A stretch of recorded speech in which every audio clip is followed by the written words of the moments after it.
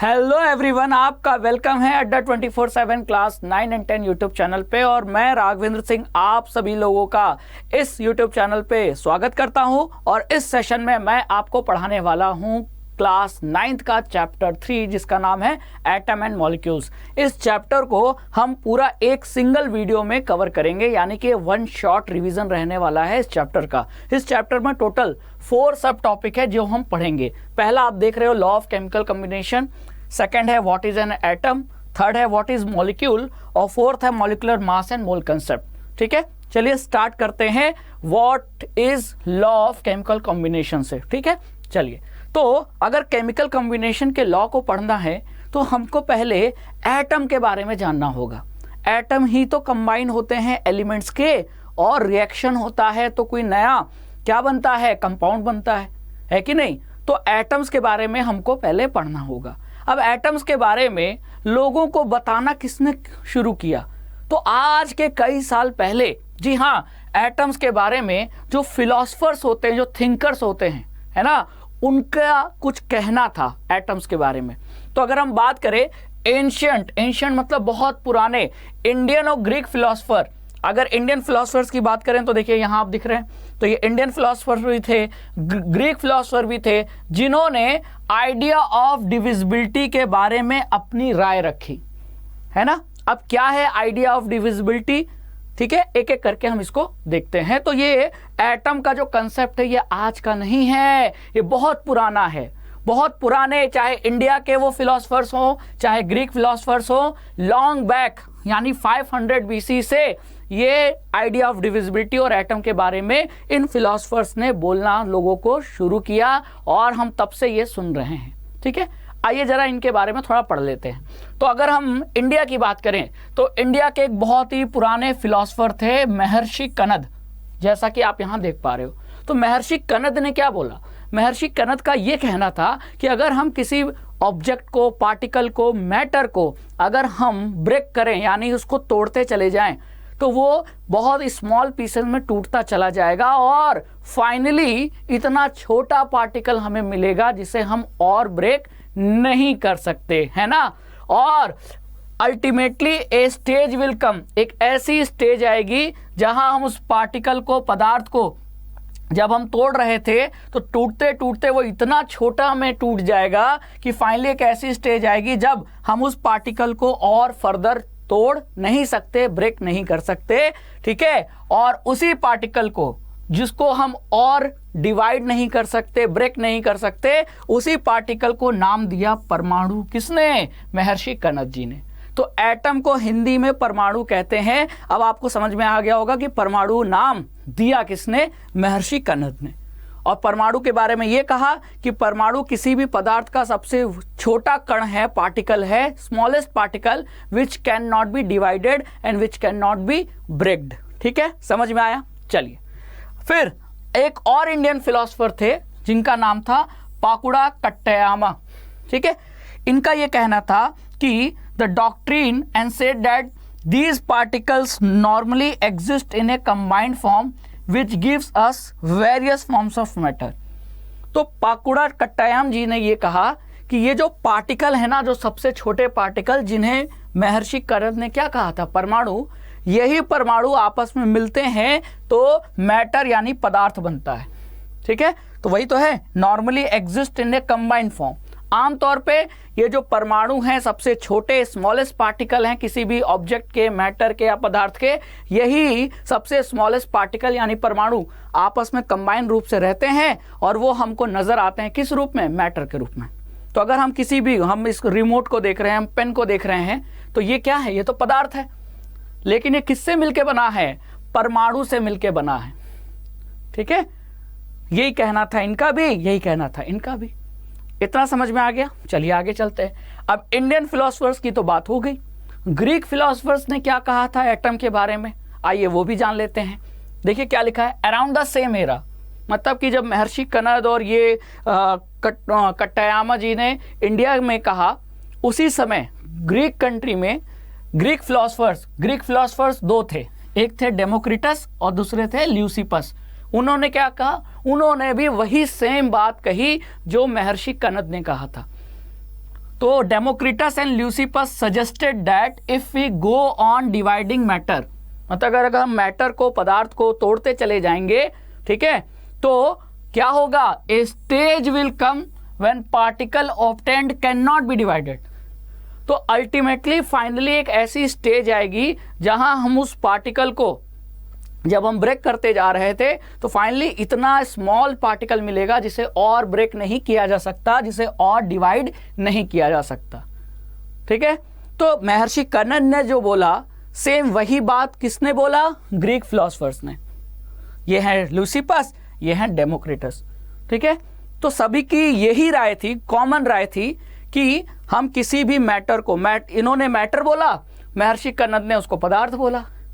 पदार्थ हो या मैटर हो, जब उसको ब्रेक करेंगे तो वो स्मॉलर पार्टिकल में ब्रेक होता जाएगा, और छोटा होता जाएगा, और छोटा होता जाएगा, और अल्टीमेटली इतना छोटा पार्टिकल आपको मिलेगा जिसे आप फर्दर ब्रेक नहीं कर सकते। और उसी पार्टिकल को महर्षि कर्ण ने परमाणु कहा, और पकुड़ा कट्टयामा ने यही कहा कि वही पार्टिकल मिलकर पदार्थ यानी मैटर बनता है कि नहीं।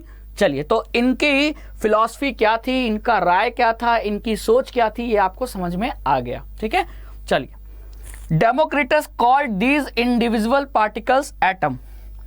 तो महर्षि कर्ण ने इन स्मॉलेस्ट पार्टिकल को परमाणु कहा, और इसी पार्टिकल को डेमोक्रिटस ने क्या नाम दिया, एटम। तो ये जो एटम वर्ड है सबसे पहले आया कब, डेमोक्रिटस ने इसको नाम दिया। क्लियर। तो महर्षि कर्ण ने इसको परमाणु कहा और डेमोक्रिटस ने एटम कहा। तो एटम मतलब हिंदी में क्या होता है, परमाणु होता है, यानी किसी भी पदार्थ का सबसे छोटा कण जिसे और ब्रेक नहीं किया जा सकता। ठीक है, ये इनका कहना था। चलिए आगे चलते हैं। अब फिर बहुत लेट, जब महर्षि कर्ण और डेमोक्रिटस और ल्यूसिपस, ये जो फिलोसफर्स थे, ये जो उन्होंने अपनी राय रखी एटम के बारे में, तब बहुत ज़्यादा एलिमेंट्स की तो खोज हुई नहीं थी, है ना। एलिमेंट्स की, और एलिमेंट के जो एटम होते हैं वो मिलके कंपाउंड बनाते हैं, ये सब बहुत लेट पता चला। ठीक है, तो जब एलिमेंट्स की खोज होनी शुरू हुई बहुत लेट, मतलब कई सालों बाद, फिर एक और साइंटिस्ट थे जिन्हें फादर ऑफ केमिस्ट्री कहा जाता है, जिनका नाम है Antoine L Lavoisier. Antoine L Lavoisier, इन्होंने 2 लॉ दिए, फॉर्मुलेटेड या laid down the foundation of chemical sciences by establishing 2 important laws of chemical combination. मतलब जब ये पता चल गया साइंटिस्ट को कि जो एलिमेंट्स है वो एटम से मिलके बने हैं, और एटम चाहे एक एलिमेंट का हो चाहे अलग अलग एलिमेंट का हो, एटम ही आपस में कंबाइन करते हैं और नए कंपाउंड बनाते हैं, नए पदार्थ बनाते हैं। तो ये जो एटम कंबाइन हो रहे हैं, तो किस तरीके से कंबाइन हो रहे हैं, उसके पीछे का लॉ क्या है, ये लॉ दिया किसने, एंटोनी एल लेवोजियर ने। ठीक है, अराउंड 18वीं सेंचुरी के आसपास। और कितने लॉ दिए, 2 लॉ दिए, 2 लॉज ऑफ केमिकल कॉम्बिनेशन। ठीक है, अब वो 2 लॉ क्या थे, एक लॉ था आपका law of conservation of mass, और दूसरा लॉ था लॉ ऑफ कांस्टेंट प्रोपोर्शन। ठीक है, तो ये है एंटोनी एल लेवोजियर, जिन्होंने 2 लॉ ऑफ केमिकल कॉम्बिनेशन दिया। और केमिकल कॉम्बिनेशन के जो 2 लॉ हैं, उसमें से पहला है law of conservation of mass, और दूसरा है लॉ ऑफ कांस्टेंट प्रोपोर्शन। तो पहले इसको पढ़ेंगे, फिर इसको पढ़ेंगे। क्लियर। तो सबसे पहले पढ़ते हैं law of conservation of mass क्या कहता है। ठीक है, तो हेडिंग हमारा हो गया law of conservation of mass. तो ध्यान से देखो, ये लॉ ये कहता है कि law of conservation of mass states, क्या कहता है कि मास can neither be created nor be destroyed in a chemical reaction. किसी भी केमिकल रिएक्शन में, मान लेते हैं ये केमिकल रिएक्शन है A + B गिव्स C, तो A का एटम B के एटम से मिलता है और एक नया कंपाउंड बनाता है जिसे हम C कहते हैं। ठीक है, समझ में आया। तो कहने का मतलब ये है कि मास को ना हम डिस्ट्रॉय कर सकते हैं ना क्रिएट कर सकते हैं। जितना मास पहले था उतना मास बाद में होगा। मतलब अगर A 5 ग्राम था और B 3 ग्राम था, तो कुल मिलाकर कितने, 5 और 3 8 ग्राम। तो प्रोडक्ट में भी C कितना बनेगा, 8 ग्राम। मतलब आपने कोई नया मास नहीं बनाया, ऐसा तो है नहीं 8 की जगह 9 हो गया, तो 1 ग्राम इसका मतलब आपने बनाया होता तो होता, लेकिन ऐसा तो है नहीं। और ये भी नहीं है कि 5 3 8 था तो यहाँ 7 हो गया, तो 1 कहाँ गया, इसका मतलब कि ना मास बनाया जा सकता है ना मास हम डिस्ट्रॉय कर सकते हैं, टोटल मास रिमेन सेम। ठीक है, यही है आपका law of conservation of mass, कि मास हमेशा कंजर्व रहता है किसमें, ड्यूरिंग ए केमिकल रिएक्शन, जैसा कि मैंने यहां आपको बताया।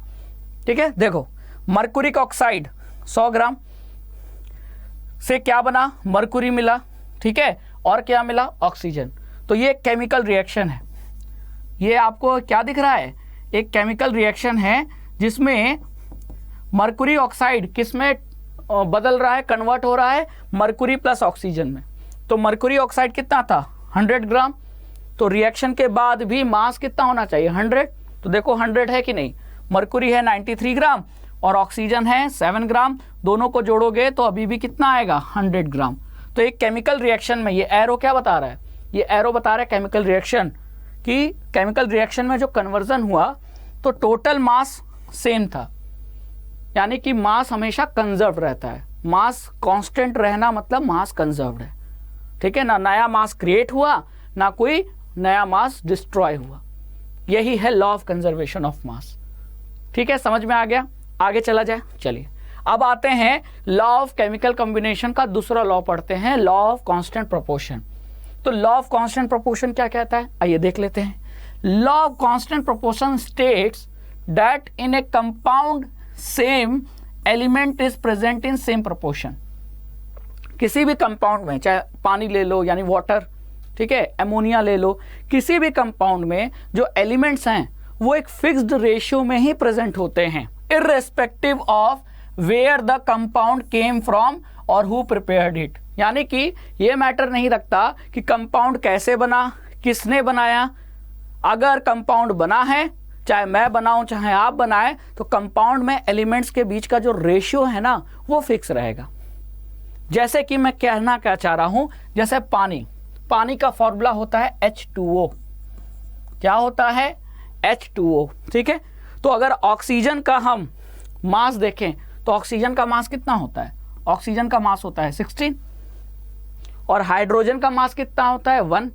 लेकिन वाटर में कितने हाइड्रोजन है, 2, तो 1 × 2 कितना हो जाएगा, 2। ठीक है, तो 2:16। अगर ये रेशियो ले तो ये रेशियो कितना आएगा, 1:8। तो पानी चाहे तालाब का हो, पानी चाहे नदी का हो, है ना, पानी चाहे झील का हो चाहे घर का हो, अगर पानी है तो उसमें हाइड्रोजन और ऑक्सीजन का जो मास का रेशियो होगा वो हमेशा 1:8 होगा। ये मैटर नहीं रखता कि पानी कहाँ का है, अगर वो वाटर है चाहे वो कहीं का भी हो, तो उसमें हाइड्रोजन और ऑक्सीजन के बीच में जो मास का रेशियो है वो फिक्स रहेगा। यही कहना है इस लॉ ऑफ कांस्टेंट प्रोपोर्शन का, कि इररिस्पेक्टिव कि वो कंपाउंड, जैसे यहाँ पानी वो कंपाउंड है, तो ये मैटर नहीं रखता कि ये कहाँ से आया, ये कंपाउंड यानी पानी कहाँ से आया, किसने बनाया। ठीक है, अगर वो पानी है उसका फॉर्मूला ये होगा फिक्स, और उसमें ये कंफर्म है कि मास का जो रेशियो होगा हाइड्रोजन और ऑक्सीजन के बीच वो 1:8 होगा। क्योंकि अगर कोई और फॉर्मूला ले लिया हमने, मान लो ये ले लिया, तो रेशियो बिगड़ गया। अब रेशियो क्या हो गया, 2:16, 16 दूनी 32। ठीक है, तो ये हो गया आपका कितना, 2 1 जा 2 1 जा 2 2 6 12, तो 1:16। तो अब जब रेशियो बिगड़ गया तो फिर ये पानी कहाँ रहा, ये तो कुछ और कंपाउंड है। तो जब तक पानी है तब तक रेशियो यही रहेगा। यही है लॉ ऑफ कांस्टेंट प्रोपोर्शन। तो law of conservation of mass और लॉ ऑफ कांस्टेंट प्रोपोर्शन, ये दोनों लॉ होते हैं लॉ ऑफ केमिकल कॉम्बिनेशन, जो कि किसने दिया था, एंटोनी एल लेवोजियर ने दिया था। क्लियर है, चलिए आगे चलते हैं नेक्स्ट। इसी तरह एमोनिया का दिया एग्जाम्पल कि एमोनिया एक कंपाउंड है जिसका फॉर्मूला होता है NH3। तो इसमें 2 एलिमेंट है, एक है नाइट्रोजन एक है हाइड्रोजन। दोनों एलिमेंट के मास का रेशियो निकाल लो, तो नाइट्रोजन का मास कितना होता है 14:2, हाइड्रोजन का कितना होता है 1, लेकिन कितने हाइड्रोजन है 3, तो 1 × 3 यानी 3। तो एमोनिया चाहे मैं किसी प्रोसेस से, चाहे आप बनाओ चाहे मैं बनाऊं चाहे कोई थर्ड पर्सन बनाए, अगर वो एमोनिया है तो उसका फॉर्मूला NH3 होगा, और उसका फॉर्मूला अगर NH3 होगा तो नाइट्रोजन और हाइड्रोजन एलिमेंट के बीच में मास का रेशियो हमेशा कंफर्म है, कितना होगा 14:3 होगा। ठीक है, तो ये कौन सा लॉ हुआ? ये लॉ ऑफ कांस्टेंट प्रोपोर्शन हुआ। ठीक है, क्लियर, समझ में आ गया? चलिए, अब ये जो लॉ है ना, कौन सा law? This led to the law of constant proportion which is also known as law of definite proportion. तो लॉ ऑफ कांस्टेंट प्रोपोर्शन को एक नाम और दिया गया है, लॉ ऑफ डेफिनेट प्रोपोर्शन। जैसे हाथी को एलिफेंट भी कहते हैं, उसी तरह लॉ ऑफ कांस्टेंट प्रोपोर्शन को लॉ ऑफ डेफिनेट प्रोपोर्शन भी कहते हैं। तो कंफ्यूज मत होना आप, ठीक है। चलिए, अब this law was stated by Proust as, मतलब इसी लॉ को, ये जो लॉ ऑफ कांस्टेंट प्रोपोर्शन है, इसी को प्राउस्ट ने, ये साइंटिस्ट थे, इन्होंने दूसरे तरीके से बोला। ठीक है, इन ए केमिकल सब्सटेंस, किसी भी केमिकल सब्सटेंस में the elements are always present in definite proportion by mass. किसी भी एलिमेंट में जो एलिमेंट्स हैं, जैसे एमोनिया क्या है? एक केमिकल सब्सटेंस है। तो किसी भी केमिकल सब्सटेंस में, जैसे कि एमोनिया, जैसे कि वाटर, जैसे कि कैल्शियम कार्बोनेट, जैसे कि कैल्शियम हाइड्रोक्साइड, ऐसे बहुत सारे केमिकल सब्सटेंस है। तो किसी भी केमिकल सब्सटेंस में जो एलिमेंट्स होते हैं, जैसे यहाँ कौन से एलिमेंट है? एक है नाइट्रोजन, एक है हाइड्रोजन। वो हमेशा एक फिक्स्ड मास के रेशियो में ही प्रेजेंट होते हैं। जैसे अमोनिया में नाइट्रोजन और हाइड्रोजन दो एलिमेंट है, और इनके इन दोनों एलिमेंट के मास का रेशियो हमेशा 14:3 होगा, कुछ और नहीं होगा। तो यही लॉ ऑफ कांस्टेंट प्रोपोर्शन है। ये इसी को हम लॉ ऑफ डेफिनेट प्रोपोर्शन भी कह सकते हैं। क्लियर, समझ में आ गया? चलिए आगे चलते हैं। अब ये जितने भी कंसेप्ट थे जो पुराने फिलोसफर्स महर्षि कनद ने दिए, डेमोक्रिटस ने दिए, फिर बाद में एंटोनी एल लेवोजियर ने ये जो लॉ ऑफ केमिकल कॉम्बिनेशन के दो लॉ दिए, इन सभी को पढ़ने के बाद, समझने के बाद, फिर एक और साइंटिस्ट आए जिनका नाम था जॉन डाल्टन। उन्होंने इस आइडिया को पिक कर लिया।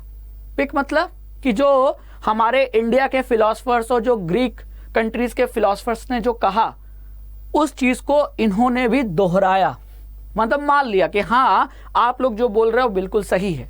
तो उनके पॉइंट्स को, और मतलब बहुत सारे साइंटिस्ट लोगों के पॉइंट्स को मिलाकर इन्होंने अपनी एक थ्योरी दे दी, जो फेमस हो गई जॉन डाल्टन की एटॉमिक थ्योरी। एटम के बारे में इन्होंने अपने पॉइंट्स रखे, और वो पॉइंट्स कहीं ना कहीं जो पुराने फिलोसफर्स ने जो कहा था, उसी बात को फिर से एक तरीके से दोहराया जॉन डाल्टन ने। तो वो थ्योरी बन गई एटॉमिक थ्योरी। तो हमको क्या पढ़ना है?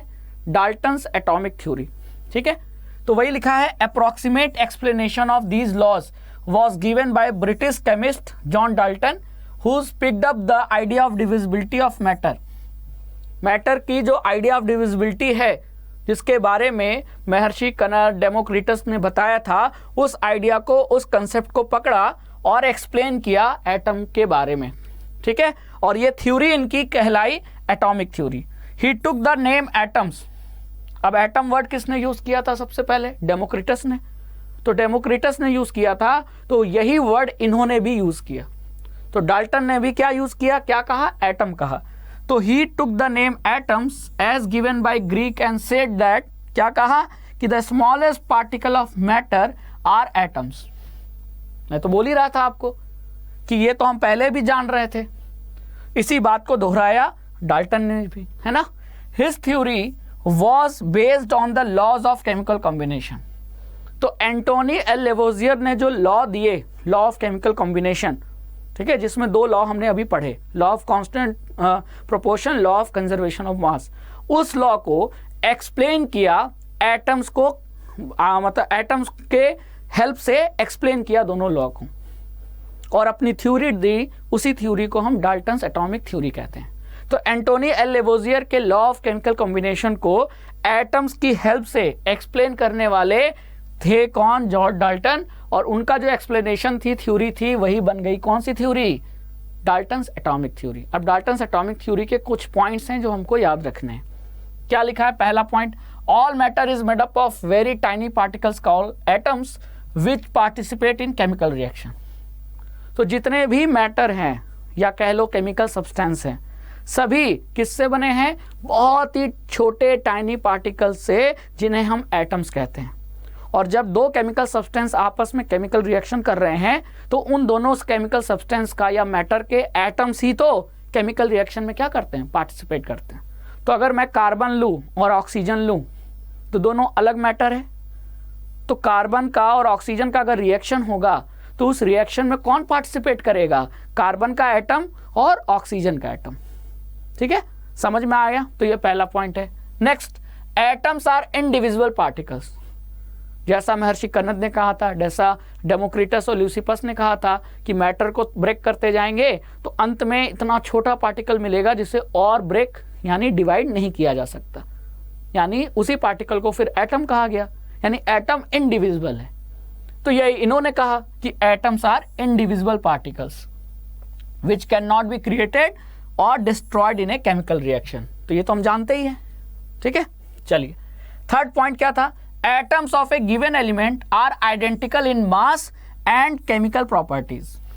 यानी कि एक एलिमेंट ले लो जैसे कार्बन, अब उस कार्बन एलिमेंट के बहुत सारे एटम हो सकते हैं। तो अगर मैं किसी दो एटम को उठाऊं, ये भी इस हाथ में भी कार्बन का एटम, इस हाथ में भी कार्बन का एटम, तो दोनों में कोई डिफरेंस नहीं होगा, दोनों का मास सेम होगा, दोनों की केमिकल प्रॉपर्टी सेम होगी। यानी एक ही एलिमेंट, जैसे दोनों एटम किसके एलिमेंट के थे? कार्बन एलिमेंट के थे। तो एक एलिमेंट के चाहे कितने एटम ले लो, एक दो सभी एलिमेंट एक जैसे होते हैं, उनका मास भी सेम होता है और केमिकल प्रॉपर्टीज भी सेम होती है। ठीक है, समझ में आया? क्लियर? तो अगर मेरे पास ऑक्सीजन के दो एटम हैं तो दोनों में कोई डिफरेंस नहीं, दोनों का मास सेम होगा, दोनों की केमिकल प्रॉपर्टी सेम होगी। तो जब तक एलिमेंट सेम है, एटम्स के बीच में कोई डिफरेंस नहीं होता। क्लियर? समझ में आ गया? ये थर्ड पॉइंट है। लेकिन अगर मैं अलग अलग एलिमेंट्स का एटम ले लूं, atoms of different elements have different masses and chemical properties. अगर मैं एक हाथ में कार्बन का एटम ले लूं, एक हाथ में ऑक्सीजन का एटम ले लूं, अब मैं दोनों का मास कंपेयर करूं, सेम मिलेगा? नहीं। क्या दोनों की केमिकल प्रॉपर्टी सेम मिलेगी? नहीं। ये फोर्थ पॉइंट है। ठीक है, चलिए। और नेक्स्ट पॉइंट क्या है? Fifth point, atoms combine in the ratio of small whole numbers to form compounds. यानी एटम्स ही केमिकल रिएक्शन में पार्टिसिपेट करते हैं और फिर वो पार्टिसिपेट करने के बाद आपस में मिलकर वो नए कंपाउंड का फॉर्मेशन करते हैं और उस कंपाउंड में एक फिक्स रेशियो में वो पाए जाते हैं। और यही तो हमने लॉ ऑफ कांस्टेंट प्रोपोर्शन में भी पढ़ा था कि जैसे नाइट्रोजन और हाइड्रोजन आपस में रिएक्शन करेगा तो अमोनिया मिलेगा, तो अमोनिया में नाइट्रोजन और हाइड्रोजन का जो मास का रेशियो होगा वो फिक्स होगा 14:3। वही तो ये पॉइंट कह रहा है ना? तो आपको ऐसा जरूर पढ़ने के बाद लगा होगा कि डाल्टन की इस एटॉमिक थ्योरी में बहुत सारे पॉइंट्स तो हमने पहले ही पढ़ लिए थे। हाँ, तो उन्हीं पॉइंट्स को कलेक्ट करके डाल्टन ने अपनी एटॉमिक थ्योरी दी और लॉ ऑफ केमिकल कॉम्बिनेशन जो कि एंटोनी एल लेवोजियर ने दिया था, उस लॉ को एक्सप्लेन करने की कोशिश की डाल्टन ने। ठीक है, चलिए एक पॉइंट और है, the relative number and kinds of atom are constant in a given compound. तो रिलेटिव नंबर आपको पता ही है कि अमोनिया में अगर नाइट्रोजन 14 रेशियो में है तो हाइड्रोजन 3, तो ये नंबर फिक्स है ना, तो वही ये पॉइंट लिखा है। ठीक है, तो ये हो गया आपका 6 पॉइंट। तो ये हमने डाल्टन एटॉमिक थ्योरी पढ़ ली। डाल्टन एटॉमिक थ्योरी में ये टोटल 6 पॉइंट्स हैं जो आपको ध्यान रखना है। ठीक है, अगर पूछा जाएगा तो यही लिखना है। चलिए, तो लॉ ऑफ केमिकल कॉम्बिनेशन तो हमने पढ़ लिया। अब बात कर लेते हैं, जब एटम के बारे में इतना डिस्कशन हो रहा है तो एटम क्या होता है? What is an atom? ठीक है, तो देखो एटम को समझना है तो यहाँ एग्जाम्पल मैं दूंगा, उसको ध्यान से समझना। ये क्या है? ईंट, ब्रिक। ईंट का इस्तेमाल क्यों करते हैं? घर बनाने के लिए। तो ईंट से डायरेक्ट घर नहीं बनता, पहले ईंटों को जोड़ते हैं तो दीवार बनती है, एक दीवार बनती है, 2 दीवार बनती है, 3 दीवार बनती है, फिर ऊपर छत आता है, 4 दीवारों और ऊपर छत आने के बाद आपका घर बनके तैयार होता है। तो घर एक बड़ा यूनिट है, घर हाउस एक बड़ी यूनिट है और इस यूनिट की सबसे छोटी इकाई घर है आपका, वो तो एक बड़ा यूनिट है और इसका सबसे छोटा यूनिट क्या है? ईंट। तो ईंटों को जोड़कर घर बना है, ना कि घर को जोड़कर ईंट बना है। ठीक है, ठीक उसी तरह एलिमेंट कैसे बना है? एटम से मिलके बना है। तो एटम क्या होता है समझ में आ गया? एलिमेंट वो पार्टिकल छोटे छोटे जो आपस में मिलते जाते हैं और एक कंपाउंड बना लेते हैं, चाहे वो कार्बन हो, ऑक्सीजन हो। ठीक है, तो जैसे कोयला कोयला जानते हो, कोल, ठीक है। तो कोयले में क्या पाया जाता है? कार्बन पाया जाता है। तो अगर आपके हाथ में कोयले का टुकड़ा है, इसका मतलब कि कार्बन के मिलियन, बिलियन, ट्रिलियन, मतलब करोड़ों, करोड़ों क्या मैं बोलूं, मैं बहुत सारा नंबर, ठीक है, खरब अरब बोल सकता हूं। तो बहुत सारे कार्बन के एटम, ठीक है, कार्बन का एक एटम दूसरे एटम से, दूसरा तीसरे से, ऐसे बहुत सारे एटम मिलकर वो कार्बन का क्या बन गया? कोयला। तो कोयला क्या है? एक मैटर है, पदार्थ है, और बना किससे है? एटम से। किसके एटम से? कार्बन के एटम से। तो जैसे घर की सबसे छोटी इकाई ब्रिक होती है, किसी भी मैटर की सबसे छोटी यूनिट क्या होता है? एटम होता है। अब आपको ये समझ में आ गया कि नहीं? बिल्कुल आ गया होगा। तो मैं अब बोल सकता हूं कि एटम क्या है? Atom are the building blocks of all matter, ठीक है। चाहे कोयला ले लो, चाहे हीरा ले लो यानी डायमंड, चाहे गोल्ड ले लो, सिल्वर ले लो, कुछ भी ले लो, तो किसी भी मैटर का जो सबसे छोटा बिल्डिंग ब्लॉक है जिससे मिलके वो बना है मैटर, तो मैटर का बिल्डिंग ब्लॉक ही कहलाता है एटम। तो atom is the building block of matter. इतना क्लियर हो गया? तो इस वाले एग्जाम्पल से आपको बहुत कुछ क्लियर हो गया होगा। यानी कि जो एटम को किससे कंपेयर किया गया? यहां ब्रिक को एटम से कंपेयर किया गया कि जैसे ब्रिक मिलकर घर बनता है, उसी तरह एटम से मिलकर मैटर बनता है। क्लियर? चलिए आगे चलते हैं। How big are atoms? अब एटम्स को तो हमने कहा है कि बहुत छोटे होते हैं। किसी मैटर को मैं तोड़ता चले जाऊं और इतना छोटे में तोड़ दूं कि अब वो और नहीं टूट सकता, तो वही सबसे छोटा पार्टिकल ही तो एटम है। तो वो सबसे छोटा कितना छोटा है? उसका साइज क्या है? तो एटम का जो साइज होता है वो नैनोमीटर में मेजर करते हैं। ये बहुत इंपॉर्टेंट है। एटम का जो साइज होता है ना, जैसे मान लो ये एटम है, ठीक है, तो ये एटम का क्या हो गया? अगर एटम को एक स्फीयर मान रहे हैं तो ये हो गया उसका रेडियस। तो एटम का जो रेडियस होता है वो अगर मेजर करेंगे तो किस में मेजर करेंगे? अब एटम तो बहुत छोटा है, तो किलोमीटर, मीटर में तो करेंगे नहीं, बहुत छोटी यूनिट में। तो डिस्टेंस की बहुत छोटी यूनिट जो कौन सी यूज करते हैं? नैनोमीटर में। अभी कितनी छोटी है? इतनी छोटी है कि समझ लो कि एक मीटर में 10 की पावर 9 नैनोमीटर होता है। तो 1 नैनोमीटर में 10 की पावर -9 मीटर होता है। ये आपको याद रखना है, इतना छोटा होता है नैनोमीटर। यानी कि किसी भी एटम का जो रेडियस है वो नैनोमीटर में मेजर करते हैं, इतना छोटा है होता है एटम, ठीक है। What are the modern day symbols of atoms of different element?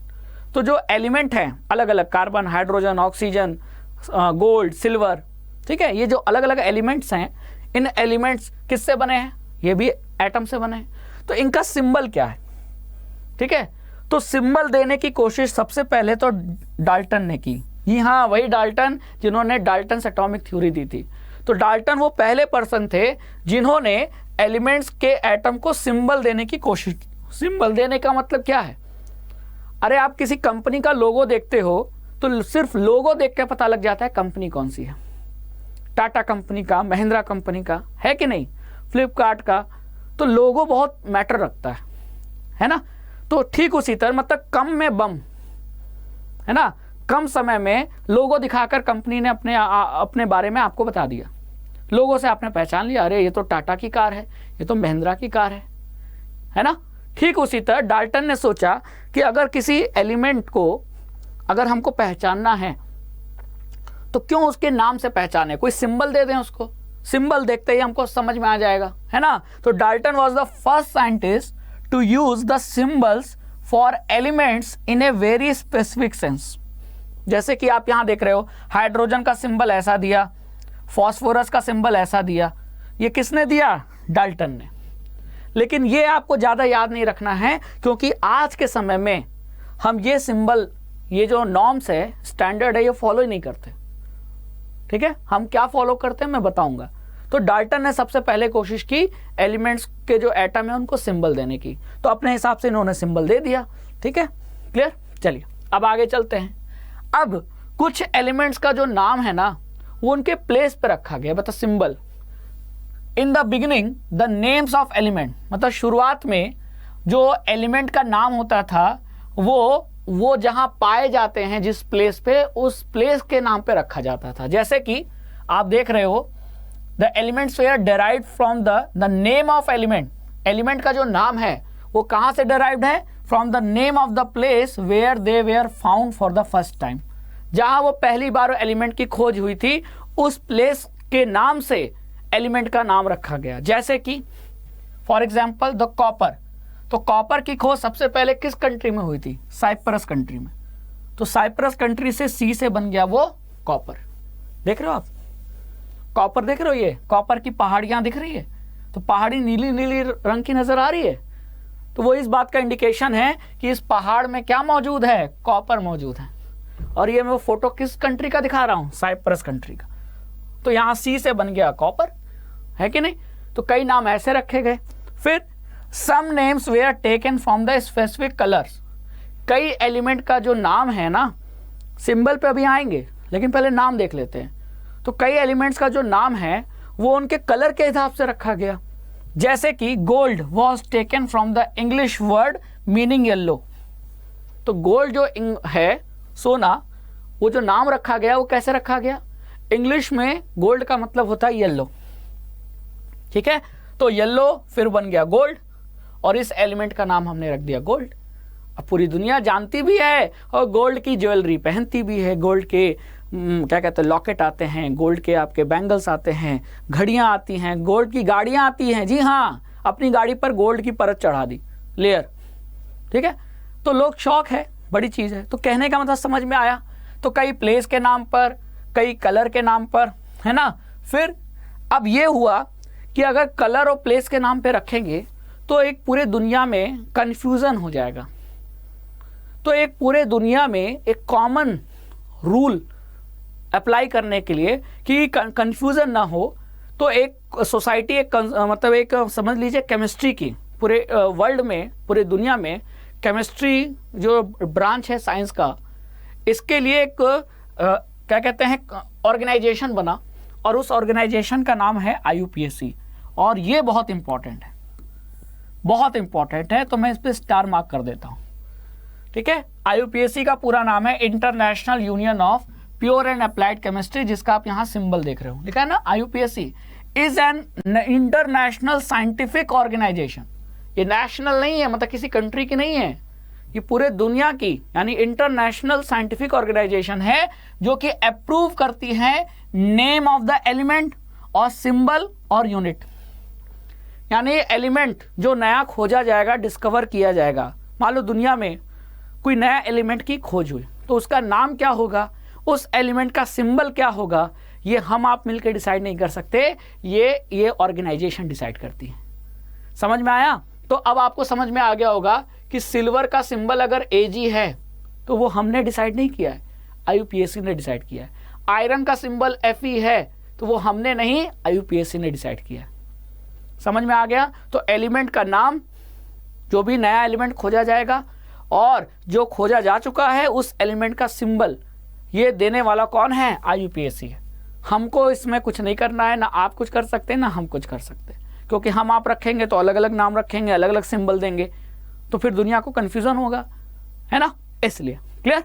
चलिए, many of the symbols are the first 1 or 2 letters of the elements name in the English. मतलब कि अब IUPAC ने कई रूल बना रखे हैं नॉमेनक्लेचर के।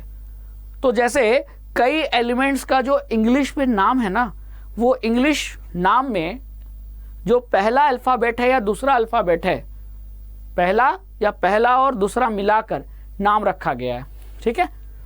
सिंबल रखा गया, नाम नहीं सिंबल रखा गया, ठीक है? Many of the symbols are the first one और first 2 letters of the element name in English. तो इंग्लिश में जो उनका नाम है, इंग्लिश के नाम के शुरू के पहला अल्फ़ाबेट या शुरू स्टार्टिंग के 2 अल्फ़ाबेट से उनका सिंबल रखा गया है, ठीक है? The first letter of a symbol is always written as capital letter, और अगर स्टार्टिंग के 2 लेटर्स यूज किया गया है तो पहला सिंबल बनाने के लिए, किसी एलिमेंट का सिंबल डिसाइड करने के लिए, अगर हम स्टार्टिंग इंग्लिश, उनके इंग्लिश नेम के स्टार्टिंग के 2 अल्फ़ाबेट लेते हैं तो पहला अल्फ़ाबेट हमको कैपिटल रखना पड़ेगा, ठीक है? और जो दूसरा लेटर है वो हमको स्मॉल रखना पड़ेगा। जैसे कि अब देखो हाइड्रोजन, तो हाइड्रोजन को इंग्लिश में ऐसे लिखेंगे, ठीक है। अब इनके इंग्लिश का ये जो नाम है, वर्ड है, इसका पहला अल्फ़ाबेट क्या है? एच। यही हो गया हाइड्रोजन का क्या? सिंबल। तो यहाँ तो पहला अल्फ़ाबेट यूज़ किया गया है और हमेशा पहला अल्फ़ाबेट कैपिटल होगा, देखो एच कैपिटल है। लेकिन जैसे एल्यूमिनियम, तो एल्यूमिनियम का सिंबल कैसे रखा गया है? एल्यूमिनियम का जो इंग्लिश में नाम है वो ये है, और इसके नाम में जो शुरुआत के स्टार्टिंग जो 2 अल्फ़ाबेट हैं, कौन से 2 अल्फ़ाबेट हैं? ए और एल। तो इनको यूज किया गया और पहला अल्फ़ाबेट कैपिटल लिखते हैं तो ए और दूसरा स्मॉल लिखेंगे तो एल, तो ये बन गया एल्यूमिनियम का सिंबल एल। उसी तरह कोबाल्ट, तो कोबाल्ट का नाम जो है उसके नाम इंग्लिश नेम से सिंबल बना है। तो अभी आप क्या देख रहे हो? अभी हम ये देख रहे हैं कि IUPAC ने एलिमेंट्स के नाम से किस तरीके से सिंबल बनाया है। तो कई एलिमेंट का जो सिंबल है वो उसके इंग्लिश नेम के पहला अल्फ़ाबेट से बना है, और कई एलिमेंट का सिंबल उनके इंग्लिश नेम के स्टार्टिंग 2 अल्फ़ाबेट से बना है। और अगर 2 अल्फ़ाबेट से बना है तो पहला वाला हमेशा कैपिटल होगा और दूसरा वाला हमेशा स्मॉल होगा। तो अगर ये लिखा जाए तो ये गलत तरीका है, ये सही तरीका है। कोबाल्ट का इंग्लिश नाम है COBALT। तो स्टार्टिंग के 2 अल्फ़ाबेट क्या हैं? C और O, तो हम C कैपिटल लिखेंगे, O स्मॉल लिखेंगे। तो अगर ये ऐसा लिखा है तो ये तरीका गलत है, ठीक है, समझ में आया? तो कई एलिमेंट का सिंबल इस तरीके से IUPAC ने दिया है, ठीक है। कुछ एलिमेंट का सिंबल अलग तरीके से दिया जाता है। Symbol of some elements are formed from the first letter of the name and a letter appearing letter in the name. कुछ एलिमेंट का जो सिंबल है वो उनके इंग्लिश नाम के पहले अल्फ़ाबेट और पहले के अलावा बाद में तीसरे, चौथे, पांचवें किसी भी अल्फ़ाबेट को मिलाकर बनाया गया है। जैसे कि आप यहाँ देख रहे हो क्लोरीन, तो क्लोरीन को इंग्लिश में क्या कहते हैं? मतलब क्लोरीन को इंग्लिश में इस तरीके से लिखते हैं। तो यहाँ पहला अल्फ़ाबेट क्या है? C, और तीसरा अल्फ़ाबेट क्या है? L, और L को स्मॉल लिखेंगे तो ये बन गया क्लोरीन का सिंबल। जिंक है, तो जिंक में पहला अल्फ़ाबेट है Z और तीसरा अल्फ़ाबेट है N, तो उसको मिला के बना दिया ZN, और N को स्मॉल रखेंगे, पहला कैपिटल हमेशा लिखना है, पहला हमेशा कैपिटल होगा, ध्यान रखना। तो कुछ एलिमेंट का सिंबल इस तरीके से IUPAC ने डिसाइड किया है, ठीक है। फिर other symbols have been taken from the names of the element in Latin, German और ग्रीक। कुछ IUPAC ने कुछ एलिमेंट्स का जो सिंबल है वो उन एलिमेंट्स के लैटिन नेम, अभी तक तो इंग्लिश नेम पे हम चर्चा कर रहे थे, लेकिन कुछ एलिमेंट्स का नाम उनके लैटिन या ग्रीक या जर्मन लैंग्वेज में जो उनका नाम है उससे उनके सिंबल को रखा है। जैसे कि फॉर एग्जाम्पल आयरन, ठीक है, आयरन को लैटिन भाषा में हम क्या कहते हैं? फेरम कहते हैं। आयरन तो इंग्लिश में कह रहे हैं IRON, लेकिन अगर लैटिन भाषा में देखा जाए तो आयरन को कहते हैं फेरम। तो इनके लैटिन जो वर्ड है, आयरन को लैटिन भाषा में फेरम कहते हैं, तो फेरम से क्या लिया? FE, और FE बना दिया आयरन का, क्या बना दिया? सिंबल। तो आयरन का सिंबल उसके इंग्लिश नेम से नहीं आया, लैटिन नेम से आया, फेरम से आया। तो ये भी ध्यान रखना, पूछ सकता है कि आयरन का सिंबल Fe कहाँ से आया है? फेरम से आया, फेरस से आया है, फेरिक से आया है, तो याद रखना फेरम से आया है। उसी तरह सोडियम, अब सोडियम का सिंबल होता है Na, तो कहीं भी यहाँ ना N है ना A है, तो फिर Na सिंबल कैसे रखा गया? एक्चुअली में सोडियम को हम नेट्रियम कहते हैं। क्या कहते हैं? नेट्रियम। तो नेट्रियम में Na आता है ना, तो वहां से ये सोडियम का सिंबल बन गया। उसी तरह पोटेशियम का K कैसे आ गया? K तो पोटेशियम में है नहीं, तो पोटेशियम इंग्लिश नेम है, लेकिन पोटेशियम का जो दूसरा नाम है वो है कैलियम, तो कैलियम से K लिया गया है और सिंबल बन गया। तो अलग अलग तरीके हैं, IUPAC ने बना रखे हैं रूल, और उस रूल से फिर एलिमेंट का सिंबल डिसाइड होता है, ठीक है। चलिए, therefore each element has a name and unique chemical symbol. तो हर एलिमेंट का अपना एक नाम भी है और सिंबल भी है, और नाम और सिंबल कौन डिसाइड करेगा? IUPAC, ठीक है। चलिए देखिए, ये एलिमेंट और ये उनका सिंबल, तो ये टेबल आपको याद रखना चाहिए क्योंकि ये टेबल पूछ सकता है, ठीक है। तो आपको याद क्या रखना है? एलिमेंट का सिंबल याद रखना है। आयोडीन का आई है कैपिटल, जहाँ सिंगल है वहाँ तो कैपिटल होगा, और जहाँ दो वर्ड हैं तो वहाँ पहला कैपिटल होगा दूसरा स्मॉल होगा, देख लो कहीं भी देख लो। तो ये आपको याद होना चाहिए, ठीक है। आगे चला जाए, चलिए अब बात कर लेते हैं एटॉमिक मास की। तो एटॉमिक मास नाम से ही लग रहा है एटम का मास, कार्बन का एटम तो उसका मास कुछ होगा, ऑक्सीजन एटम तो उसका कुछ मास होगा, है कि नहीं, समझ में आया। तो according to the latest IUPAC recommendation, atomic mass is now written as u, यानी यूनिफाइड मास, ठीक है। तो किसी भी एटम का जो मास है ना, उसकी यूनिट IUPAC ने अब डिसाइड कर दी है कि उसकी यूनिट आप यू लिखोगे। जैसे कि कार्बन का एटॉमिक मास, कार्बन के एक एटम का जो मास होता है वो कितना होता है, 12 होता है, तो 12 के बाद क्या लगाओगे, यू लगाओगे। तो जब आपने ये देखा तो तुरंत समझ जाओ कि कार्बन के एक एटम का मास इतना होता है, केवल एक एटम, ठीक है। तो एटम का मास एटॉमिक मास होता है, क्लियर। तो देखो क्या लिखा है, in order to represent atomic mass as a whole number और as near to a whole numbers as possible in 1961 for a universally accepted atomic mass unit, carbon 12 isotope was chosen as the standard reference for measuring atomic mass। तो atomic mass दुनिया में हर चीज reference पे यानी relative है ना, ज्यादा मतलब अगर मैं आपसे पूछूं कि 10 किलो ज्यादा है कि कम, नहीं बता पाओगे, ऐसे नहीं बता सकते। मैं बोलूं 5 किलो के कंपेयर में 10 किलो क्या है, ज्यादा है, तब बता सकते हो, मतलब रिलेटिव। 15 किलो के कंपेयर में 10 kg कम है, तो कंपैरिजन होगा तब आप ज़्यादा कम बता सकते हो। तो दुनिया में हर चीज़ रिलेटिव है। तो उसी तरह कार्बन का मास, अगर हम एटम का मास देखें या किसी भी एटम का जो मास है, तो किसी के रेफरेंस में ना बताएंगे, किसी के तुलना करके ना बताएंगे। तो वो तुलना करने के लिए हम क्या लें, तो फिर ये डिसाइड हुआ कि जो कार्बन 12 आइसोटोप है उसको चूज किया गया है एज ए स्टैंडर्ड रेफरेंस, क्या करने के लिए, फॉर कैलकुलेटिंग या मेजरिंग एटॉमिक मास। तो ये ध्यान रखना, किसी भी एटम का एलिमेंट किससे बना है, एटम से। तो ऑक्सीजन का एटम है उसका कुछ मास होगा, हाइड्रोजन के एटम का कुछ मास होगा, सोडियम का कुछ मास होगा, है ना। सभी अलग अलग एलिमेंट के जो एटम है उनका कुछ ना कुछ मास होगा। तो वो जो मास हमको कैलकुलेट करना है वो कैलकुलेट किसके कंपैरिजन में करना है, तो वो जो रेफरेंस है वो है कार्बन 12 आइसोटोप। तो कार्बन 12 का कितना होता है, 12U होता है। इसके रेफरेंस में अगर हाइड्रोजन अगर बताया जाए तो हाइड्रोजन का होगा 1U। इसके रेफरेंस में ऑक्सीजन देखा जाए तो 16U।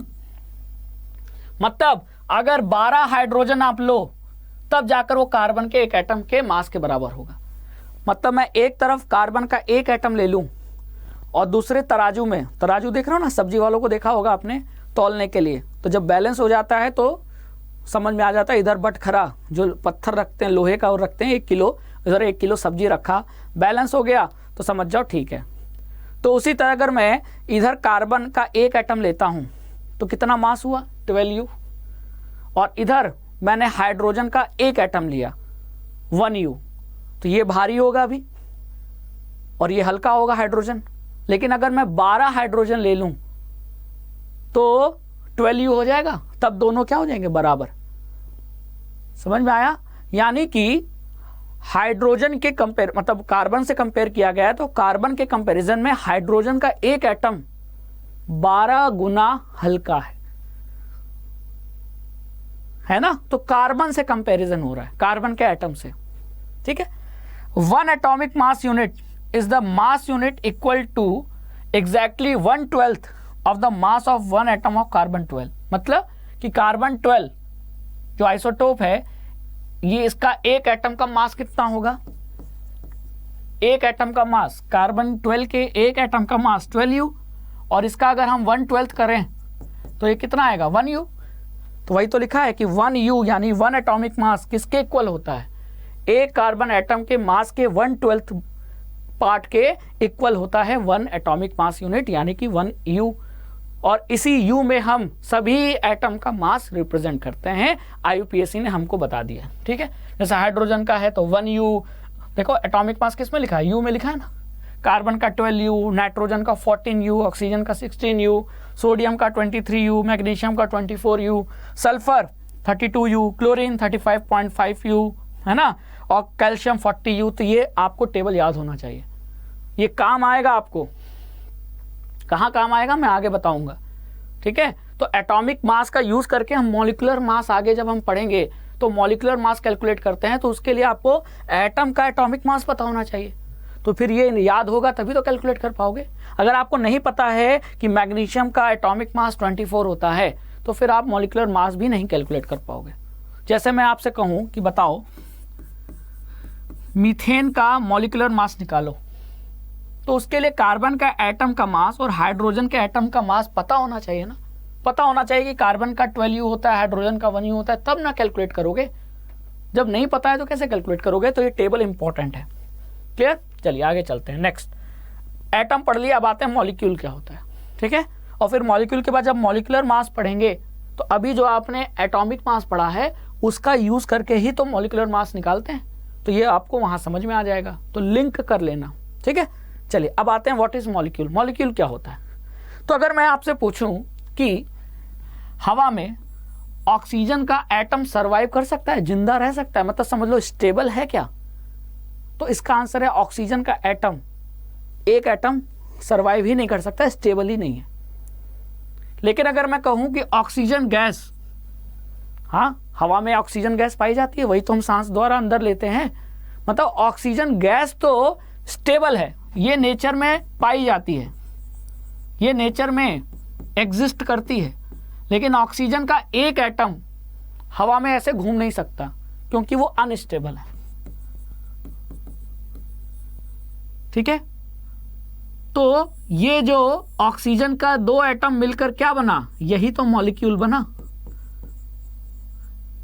तो इसका मतलब क्या समझ में आया, एटम और मॉलिक्यूल में थोड़ा डिफरेंस क्लियर हुआ। एटम, बहुत सारे एटम मिलकर आपका मैटर बन जाएगा, यानी कि कोई केमिकल सब्सटेंस बन जाएगा। लेकिन एक अकेला सिंगल एटम, कुछ ही एलिमेंट्स हैं ऐसे जिनका एक अकेला एटम सरवाइव कर सकता है, स्टेबल है। नहीं तो अधिकतर एलिमेंट्स के जो एटम हैं वो अकेले सरवाइव नहीं कर सकते। तो वो अकेले नहीं कर सकते तो फिर वो क्या करते हैं, वो कंबाइन हो जाते हैं। जैसे यहाँ ऑक्सीजन के दो एटम कंबाइन हो गए, तो दो कंबाइन हुए तो O2, तो अब ये स्टेबल है। तो जब ये कंबाइन हुए तो क्या बन गए, मॉलिक्यूल। तो इसका मतलब मॉलिक्यूल क्या है, मॉलिक्यूल, अब आपको समझ में आ गया होगा कि किसी भी एलिमेंट का सबसे वो छोटा पार्टिकल जो कि कैपेबल है इंडिपेंडेंट एग्जिस्टेंस का, मतलब वो इंडिपेंडेंटली एग्जिस्ट कर सकता है, जो कि स्टेबल है। अब आप कंफ्यूज मत होना, क्यों सर आपने अभी कहा था कि किसी भी एलिमेंट का सबसे छोटा पार्टिकल एटम होता है। जी हाँ, मैं अभी भी कह रहा हूं कि किसी भी एलिमेंट का सबसे छोटा पार्टिकल क्या होता है, एटम होता है। लेकिन एटम अकेले सरवाइव नहीं कर सकता, लेकिन एलिमेंट का सबसे छोटा पार्टिकल जो अकेले सरवाइव कर सकता है वो होता है मॉलिक्यूल। जैसे ऑक्सीजन का एक एटम सरवाइव नहीं कर सकता, स्टेबल नहीं है। आपको अकेला हवा में एक ऑक्सीजन का एटम नहीं घूमता हुआ मिलेगा, लेकिन हवा में ऑक्सीजन गैस घूमती हुई मिलेगी, मतलब ये सरवाइव कर सकती है, ये एग्जिस्ट कर सकती है। तो ये ऑक्सीजन गैस कैसे बनी है, ऑक्सीजन के दो एटम से मिलके बनी है। तो जब ऑक्सीजन के दो एटम मिले तो क्या बन गए, मॉलिक्यूल। तो इसका मतलब मॉलिक्यूल अपने आप में एग्जिस्ट कर सकता है। मॉलिक्यूल से छोटा अगर जाएंगे तो फिर छोटा मतलब फिर एक एटम, तो एक एटम तो एग्जिस्ट कर नहीं सकता। तो इसका मतलब मॉलिक्यूल किसी भी एलिमेंट का सबसे छोटा रूप है, वो फॉर्म है जो इंडिपेंडेंटली एग्जिस्ट कर सकता है, जो स्टेबल है, ठीक है। तो ये जितने भी आप देखते हो oxygen, hydrogen gas, oxygen gas, nitrogen gas, ये सभी किसके एग्जाम्पल हैं, मॉलिक्यूल के एग्जाम्पल हैं। तो नाइट्रोजन का सबसे छोटा पार्टिकल जो स्टेबल है, जो एग्जिस्ट कर सकता है, वो है नाइट्रोजन का मॉलिक्यूल, जिसे हम N2 कहते हैं और जिसे हम नाइट्रोजन गैस भी कहते हैं। अब समझ में आ गया। वैसे तो सबसे छोटा पार्टिकल एटम होता है, लेकिन एटम एग्जिस्ट नहीं कर सकता। तो एलिमेंट का वो सबसे छोटा पार्टिकल जो एग्जिस्ट कर सकता है वो होता है मॉलिक्यूल, और मॉलिक्यूल एटम से मिलके बनता है। यानी वैसे देखा जाए तो एटम सबसे छोटा, और एटम से मिलके बनता है मॉलिक्यूल, है ना, और बहुत सारे मॉलिक्यूल मिलके फिर क्या बन रहे हैं, मैटर, ऐसा समझ लो। तो सबसे छोटा तो वो एटम है, लेकिन सबसे छोटा जो एग्जिस्ट भी करे वो है मॉलिक्यूल। जैसे पानी का मॉलिक्यूल है, कार्बन डाइऑक्साइड का मॉलिक्यूल है, ऑक्सीजन गैस का मॉलिक्यूल है, नाइट्रोजन गैस का मॉलिक्यूल है। तो मॉलिक्यूल्स क्या होते हैं, क्लियर हुआ, डेफिनेशन क्लियर हुई। चलिए ठीक है, एटम्स ऑफ सेम एलिमेंट और डिफरेंट एलिमेंट कंबाइन या can join together to form molecule. एक ही एलिमेंट के दो एटम मिलकर भी मॉलिक्यूल बन सकते हैं, या अलग अलग एटम के मॉलिक्यूल भी एटम मिलकर मॉलिक्यूल बन सकते हैं। जैसे कि ऑक्सीजन गैस मॉलिक्यूल है, और इस मॉलिक्यूल में दोनों एटम ऑक्सीजन के हैं, मतलब सेम एलिमेंट के। यहाँ भी देखो दोनों एटम नाइट्रोजन के हैं, मतलब सेम एलिमेंट के। लेकिन यहाँ देखो ये भी मॉलिक्यूल है, लेकिन यहाँ एक एटम ऑक्सीजन का है, बाकी दो हाइड्रोजन के, मतलब अलग अलग एलिमेंट के एटम से मिलके बना है। तो जो मॉलिक्यूल है वो सेम एलिमेंट के एटम से भी मिलके बन सकते हैं, और डिफरेंट एलिमेंट के एटम से भी मिलके बन सकते हैं। तो डिफरेंट वाले में ये सब आ जाएंगे, सेम वाले में ये सब आ जाएंगे। क्लियर? चलिए, तो मॉलिक्यूल समझ में आ गया। अब आगे चलते हैं, मॉलिक्यूल्स ऑफ एलिमेंट्स क्या होता है। सिंपल है, जहां मॉलिक्यूल्स ऑफ एलिमेंट्स का मतलब कि ऐसे मॉलिक्यूल्स जो एक ही एलिमेंट के एटम से मिलके बने हैं, वो मॉलिक्यूल्स ऑफ एलिमेंट्स होते हैं। जैसे अभी आपने पढ़ा ना, अभी आपने क्या पढ़ा कि जो मॉलिक्यूल है वो सेम एलिमेंट के एटम से भी मिलके बन सकते हैं। तो जहां सेम एलिमेंट के एटम मिलकर मॉलिक्यूल बनाते हैं वो मॉलिक्यूल्स ऑफ एलिमेंट होते हैं। जैसे कि देखो हाइड्रोजन गैस, तो हाइड्रोजन गैस मॉलिक्यूल है, और इसमें कितने एटम हैं, दो एटम है, और दोनों किसके हैं, हाइड्रोजन, दोनों एटम हाइड्रोजन के, मतलब सेम एलिमेंट के। तो ये हो गया मॉलिक्यूल्स ऑफ एलिमेंट। उसी तरह ऑक्सीजन हो गया, उसी तरह नाइट्रोजन हो गया। तो वही तो लिखा है, molecule of an element are constituted by the same type of atoms. ठीक है, क्लियर?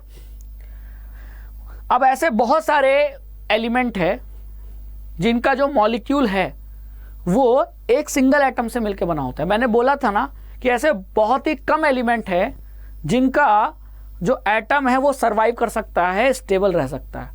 नहीं तो अधिकतर एलिमेंट का जो एटम है वो इंडिपेंडेंटली एग्जिस्ट नहीं कर सकता। वो मॉलिक्यूल के फॉर्म में एग्जिस्ट कर सकता है, लेकिन अकेला एक एटम एग्जिस्ट नहीं कर सकता। बस कुछ ही एलिमेंट्स हैं जिनका अकेला एक एटम एग्जिस्ट कर सकता है, जैसे कि जितने भी इनर्ट गैसेज हैं, हीलियम है, आर्गन है, क्रिप्टॉन है, जेनॉन है, रेडॉन है।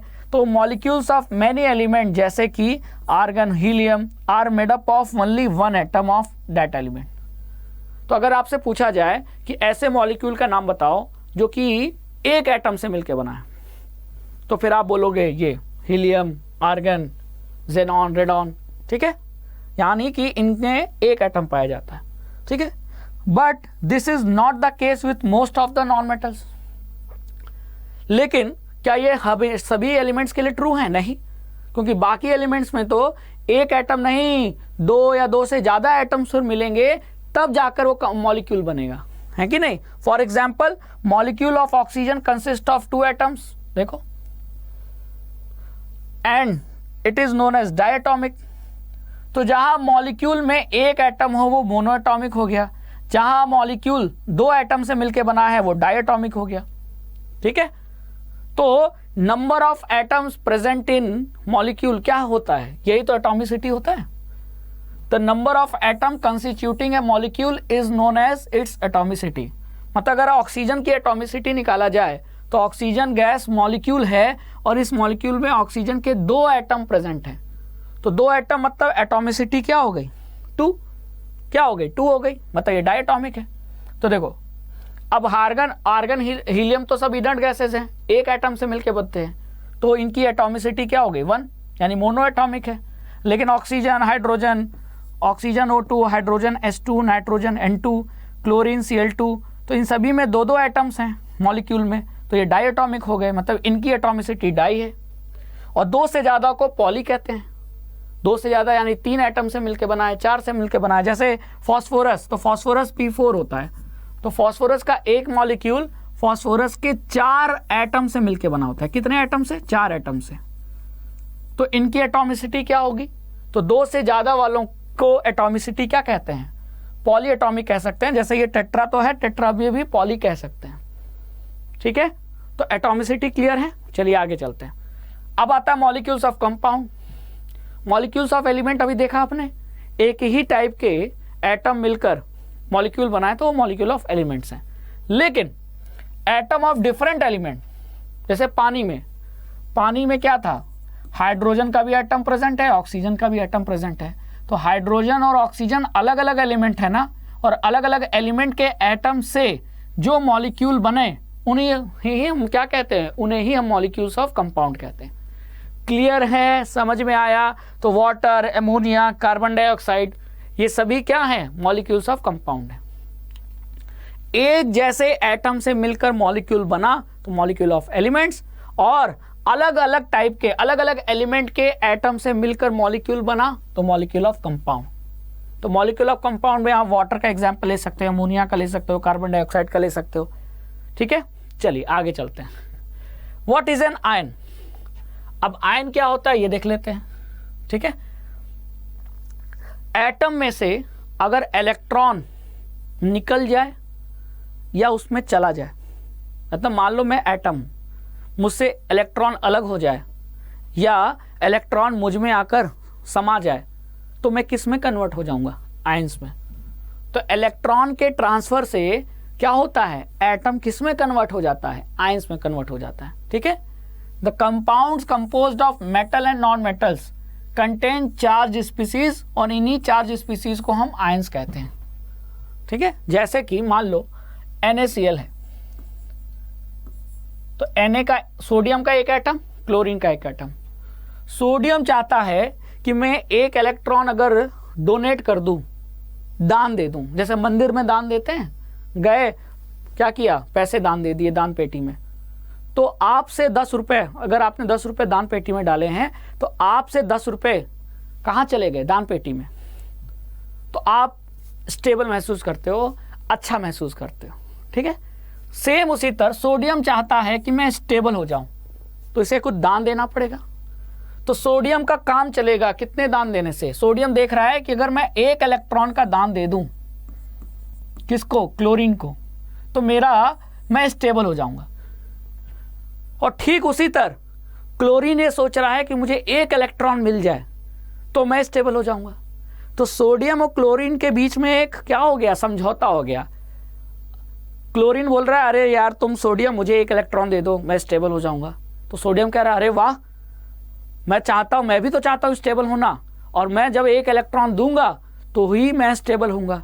तो ये तो अच्छा हुआ क्लोरीन तुम आ गए, तुम मुझसे एक इलेक्ट्रॉन ले लो, तुम भी स्टेबल बन जाओ और मैं भी स्टेबल बन जाता हूं।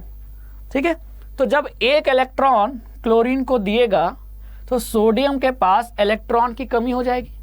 अरे आपने 10 रुपये दान पेटी में डाल दिए तो आपके पास 10 रुपये कम हो गए ना। तो अगर सोडियम के पास इलेक्ट्रॉन की कमी हुई, कितने इलेक्ट्रॉन की, एक इलेक्ट्रॉन की, तो इलेक्ट्रॉन पे चार्ज भी तो होता है, माइनस चार्ज, तो उस चार्ज की भी तो कमी होगी, है ना। तो सोडियम पे माइनस चार्ज कम हो जाएगा तो जाहिर सी बात है पॉजिटिव चार्ज इसका मतलब अधिक हो गया। तो एक इलेक्ट्रॉन के वजह से, एक इलेक्ट्रॉन के जाने से सोडियम पे कौन सा चार्ज आएगा, +1। 2 इलेक्ट्रॉन जाता तो +2 आता, लेकिन एक गया है। और वहीं क्लोरीन पर एक इलेक्ट्रॉन लेने से माइनस चार्ज बढ़ गया तो -1 आ गया, है कि नहीं। तो कुल मिलाकर अब ये एटम से किस में बदल गया, जब तक इस पे चार्ज नहीं था तब तक ये एटम था, लेकिन अब इस पे चार्ज आ गया, क्लोरीन पे भी चार्ज आ गया, तो अब ये आयन है। समझ में आया। तो एटम आयंस में कब कन्वर्ट होता है, जब इलेक्ट्रॉन का लॉस हो या गेन हो। लॉस किसने किया, सोडियम ने, और गेन किसने किया, क्लोरीन ने, और दोनों एटम से किस में बदल गए, आयंस में। तो जब मेटल और नॉन मेटल पास आते हैं, मेटल और नॉन मेटल के एटम्स पास आते हैं, इलेक्ट्रॉन का ट्रांसफर यानी लॉस और गेन होता है, तो वो आयंस में कन्वर्ट हो जाते हैं। और इन्हें ही हम ऐसे कंपाउंड को, यानी कि अब ये क्या बना, NaCl बना, तो NaCl को ही हम आयनिक कंपाउंड कहेंगे।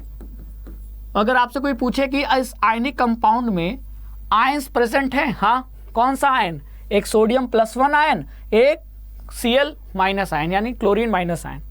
तो जो पॉजिटिवली चार्ज आयंस होते हैं उन्हें कैटायन कहते हैं, और जो निगेटिवली चार्ज आयंस होते हैं उन्हें एनायन कहते हैं। तो अगर मैं आपसे पूछूं कि NaCl में एनायन कौन है? तो एनायन मतलब निगेटिवली चार्ज, और वो किस पे है निगेटिव चार्ज? क्लोरीन पे। तो इसका मतलब एनायन कौन होगा? Cl minus. और कैटायन कौन होगा? Na plus. इसी तरह मैं आपसे पूछूं कि बताओ एल्यूमिनियम क्लोराइड ये आयनिक कंपाउंड है, इसमें कैटायन और एनायन बताओ।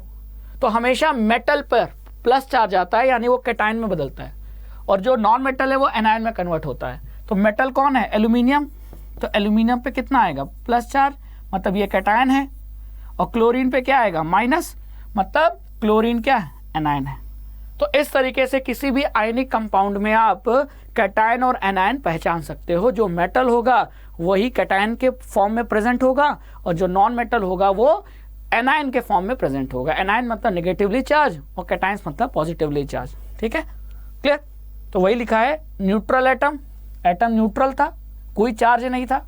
इलेक्ट्रॉन गेन करेगा तो माइनस चार्ज आएगा, तो एनायन में बदल जाएगा, और अगर इलेक्ट्रॉन लूज करेगा तो प्लस चार्ज आएगा और कैटायन में बदल जाएगा। ठीक है, चलिए अब आयंस में consist of single charge atom और एक group of atoms that have net charge on them. कहने का मतलब कि आयंस अभी आपने देखा जैसे Na plus, Cl minus, AlCl3, Al plus 3, तो आप यहां क्या देख रहे हो? यहां एक सिंगल एटम है जिस पे चार्ज है। लेकिन कभी कभी ऐसा हो सकता है कि सिंगल एटम की जगह ग्रुप ऑफ एटम्स हो, जैसे ग्रुप ऑफ एटम्स। क्या है ये? ग्रुप ऑफ एटम्स है, एक नाइट्रोजन का एटम और 4 हाइड्रोजन का एटम, और इस एटम के ग्रुप में उस पे चार्ज हो, तो ये एक तरीके का क्या है? कैटायन है। लेकिन इस कैटायन में एक एटम नहीं है। यहां तो कैटायन में क्या था? एक एटम था, यहां भी एक एटम था, लेकिन यहां ग्रुप ऑफ एटम्स है। तो जब ग्रुप ऑफ एटम्स पे कोई चार्ज हो, चाहे पॉजिटिव हो चाहे नेगेटिव हो, तो ऐसे आयंस को हम क्या कहते हैं? पॉलीएटॉमिक आयन कहते हैं। क्या कहते हैं? पॉलीएटॉमिक आयन कहते हैं। ठीक है, तो क्या ये पॉलीएटॉमिक आयन है? नहीं। क्या ये है? नहीं। क्या ये है? हाँ, ये है पॉलीएटॉमिक आयन। तो ammonium, hydroxide, carbonate, sulphate, sulphide, ये सभी क्या हैं? पॉलीएटॉमिक आयन है। ध्यान में आया? चलिए आगे चलते हैं। अब किसी भी आयनिक कंपाउंड का फिर जब केमिकल फॉर्मूला जो लिखते हैं फिर वो कैसे लिखेंगे, तो आपको ये सब ध्यान होना चाहिए कि कुछ पॉलीएटॉमिक आयंस भी होते हैं जिनका नाम भी आपको याद होना चाहिए, जिन पे चार्ज कितना होता है ये भी याद होना चाहिए। तो अगर आपको कार्बोनेट बोला गया तो तुरंत दिमाग में क्लिक करना चाहिए, कार्बोनेट तो एक पॉलीएटॉमिक आयन है, ठीक है, और इस पे चार्ज कितना होता है? -2 होता है। हाइड्रोक्साइड बोला तो तुरंत क्लिक करना चाहिए OH -1 चार्ज होता है। एमोनियम आयन बोला तो तुरंत क्लिक करना चाहिए NH4+1। ठीक है, तो ये सभी पॉलीएटॉमिक आयंस के एग्जाम्पल है। क्लियर? अब अगर आपको ये पता हो गया तो आप केमिकल फॉर्मूला आसानी से लिख सकते हो। ठीक है, the chemical formula of a compound is a symbolic representation of its composition.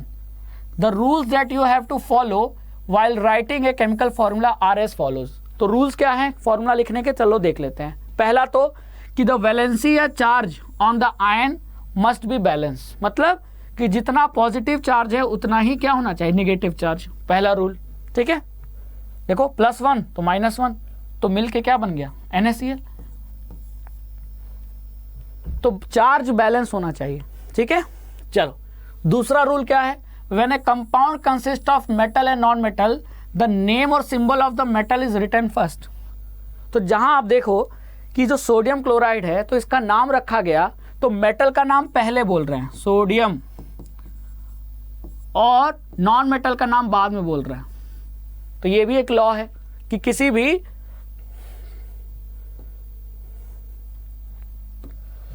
ठीक है,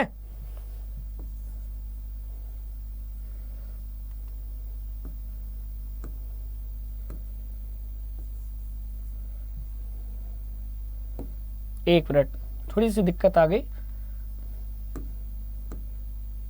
ठीक है, क्लियर?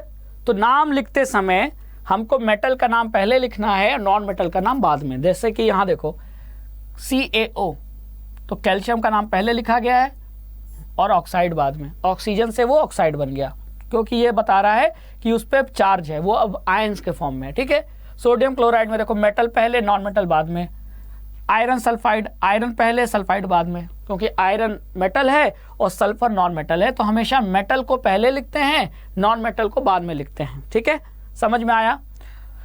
क्लियर? जैसे पोटेशियम क्लोराइड, तो यहाँ KCl, तो पोटेशियम का नाम पहले, और क्योंकि ये मेटल है, और क्लोरीन का नाम बाद में क्योंकि ये नॉन मेटल है। ठीक है, समझ में आया? ये दूसरा रूल है। चार्ज बैलेंस होना चाहिए, पहला रूल। दूसरा, मेटल का नाम पहले और नॉन मेटल का नाम बाद में, ये दूसरा रूल। ठीक है, तो पहला दूसरा रूल पढ़ लिया। अब तीसरा रूल पढ़ते हैं फॉर्मूला लिखने का। The compound form with the polyatomic ions, the number of ions present in the compound is indicated by 1 enclosing the formula of ions in a bracket and writing the number of ions outside the bracket। मतलब कि अगर जरा polyatomic ions को ध्यान से देखो, कुछ देर पहले हम पॉलीएटॉमिक आयंस पढ़ रहे थे, तो देखो पॉलीएटॉमिक आयंस को जब लिखते हैं तो इनको ग्रुप में लिखा जाता है, ब्रैकेट के साथ लिखा जाता है। ठीक है, और इनका जो नंबर्स है वो ब्रैकेट के बाहर लिखते हैं। ठीक है, जैसे मान लो कि NH4 प्लस 2 होंगे, तो कैसे लिखूंगा मैं? NH4 प्लस, फिर ब्रैकेट, और फिर अगर ये 2 हैं तो फिर ये निंग का नंबर ब्रैकेट के बाहर लगाऊंगा। यही था थर्ड रूल। समझ में आया कि नहीं आया? समझ में आ गया होगा। तो ये तीसरा रूल क्या कह रहा है वो आपको समझ में आ गया हो। देखो OH माइनस पॉलीएटॉमिक आयन है, तो इसको हमने ब्रैकेट में रखा और इसका जो नंबर है उसको ब्रैकेट के बाहर लगाया। ठीक है, ठीक है, देखो ये है थर्ड रूल। ठीक है, चलिए अब अगर आपने रूल पढ़ लिया है फॉर्मूला लिखने का, तो फिर आइए फॉर्मूला ऑफ सिंपल कंपाउंड देख लेते हैं। While writing the chemical formula of compound, we write the constituent elements and their valencies as shown below. Then we must cross over the valencies of their combining atoms। मतलब कि अगर हमको किसी ionic compound का मान लो formula लिखना है तो कैसे लिखेंगे? पहले तो ये पहचानो कि उस आयनिक कंपाउंड में कौन कौन से एलिमेंट प्रेजेंट हैं। जैसे कि हाइड्रोजन क्लोराइड था, ठीक है, हाइड्रोजन क्लोराइड, तो हाइड्रोजन क्लोराइड में एक हाइड्रोजन है और एक क्लोरीन है, तो हाइड्रोजन और क्लोरीन को इस तरीके से लिख लो।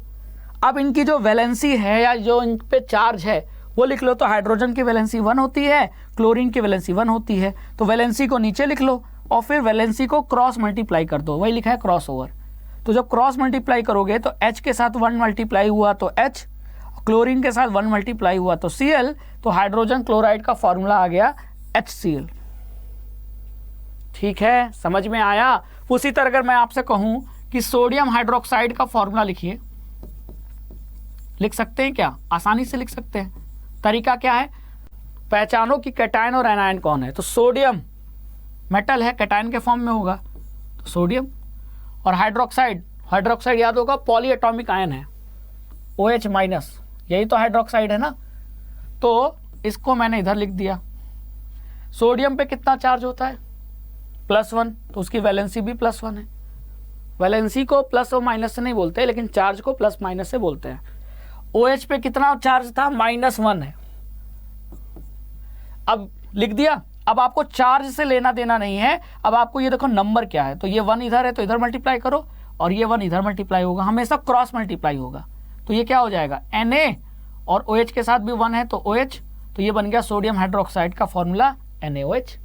इस तरीके से फॉर्मूला लिख सकते हैं। ठीक है, तो हमने फॉर्मूला लिखना भी सीख लिया। तो अब हम आते हैं molecular mass and mole concept पे। ठीक है, मॉलिक्यूलर मास क्या होता है? अभी बताया था, याद करो, एटम का मास और एटम के मास को जोड़ दो तो मॉलिक्यूलर मास बन जाएगा। अरे एटम से ही तो मिलकर मॉलिक्यूल बनता है, अभी तो पढ़ा था। ये ऑक्सीजन गैस मतलब मॉलिक्यूल है, ये मॉलिक्यूल है। तो ये कैसे बना है? ऑक्सीजन के 2 एटम से मिलके बना है।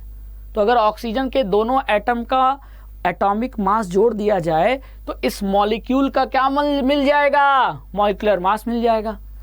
समझ में आया? तो मॉलिक्यूलर मास बहुत आसान है निकालना।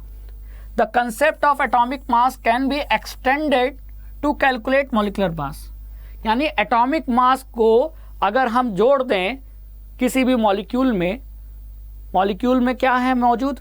एटम्स प्रेजेंट है, उन एटम्स का एटॉमिक मास जोड़ दें तो पूरे मॉलिक्यूल का क्या आ जाएगा, मॉलिक्यूलर मास। तो मॉलिक्यूल का मास मॉलिक्यूलर मास होता है और इसको निकालने के लिए एटम का एटॉमिक मास ऐड करना होता है। ठीक है, the molecular mass of a substance is the sum of atomic mass of all the atoms present in the molecule of a substance. किसी भी मॉलिक्यूल में जितने एटम्स प्रेजेंट हैं उन सभी एटम्स के एटॉमिक मास का जो सम होता है वो होता है मॉलिक्यूलर मास। और इसको भी किससे रिप्रेजेंट करते हैं, यू यूनिट पे रिप्रेजेंट करते हैं, क्योंकि यू एटॉमिक मास को किस में रिप्रेजेंट करते थे, यू में। जैसे कार्बन का 12U, तो अगर कार्बन 2 हैं तो 12U + 12U ना, तो 12U + 12U यानी आंसर भी तो यू में आएगा 24U। तो वही मैं कह रहा हूं, एटॉमिक मास भी यू में लिखते हैं और मॉलिक्यूलर मास भी यू में लिखते हैं। ठीक है, अब इसको एक एग्जाम्पल से समझते हैं। जैसे पानी H2O एक मॉलिक्यूल है, तो इस मॉलिक्यूल का मॉलिक्यूलर मास कैसे निकालोगे, इस मॉलिक्यूल में जो एटम्स प्रेजेंट हैं उनके एटम्स का एटॉमिक मास को जोड़ दो। तो हाइड्रोजन का जो एटॉमिक मास होता है वो होता है 1U, लेकिन कितने हाइड्रोजन है, 2, तो 2 × 1 प्लस ऑक्सीजन का एटॉमिक मास कितना होता है, ऑक्सीजन एटम का एटॉमिक मास होता है 16U। तो इसको मैंने जोड़ दिया, तो 2 + 16 कितना आ गया, 18U। ये इस पानी का क्या है, मॉलिक्यूलर मास है। तो मॉलिक्यूलर मास निकालना अब आ गया आपको। जैसे अब एटॉमिक मास भी यू में लिखते हैं तो मॉलिक्यूलर मास भी यू में लिखते हैं। देखो क्लियर है, क्लियर है। चलिए, अब जो भी कोवलेंट कंपाउंड है ना, जैसे पानी, मीथेन, कोवलेंट कंपाउंड का हम मॉलिक्यूलर मास निकालते हैं, और आयनिक कंपाउंड का इसी तरीके से हम क्या निकालते हैं, फॉर्मूला यूनिट मास। तो पहली बात ये ध्यान रखो कि फॉर्मूला यूनिट मास किसका निकाला जाता है, आयनिक कंपाउंड का। और आयनिक कंपाउंड आपको पहचानना आता है, जब भी मेटल और नॉन मेटल मिलेंगे तो आयनिक कंपाउंड बनेगा।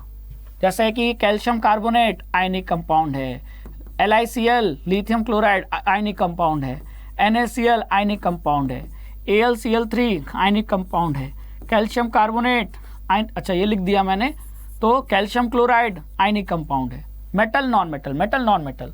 तो जब आयनिक कंपाउंड होता है तो जब उसका मास निकालते हो आप, तो वो मास होता है फॉर्मूला यूनिट मास। निकालने का तरीका वही है जैसे हमने मॉलिक्यूलर मास निकाला था। कैसे, एटॉमिक मास को ऐड किया था, तो वही यहां भी करेंगे। ठीक है, देखो क्या लिखा है, ध्यान से देखो।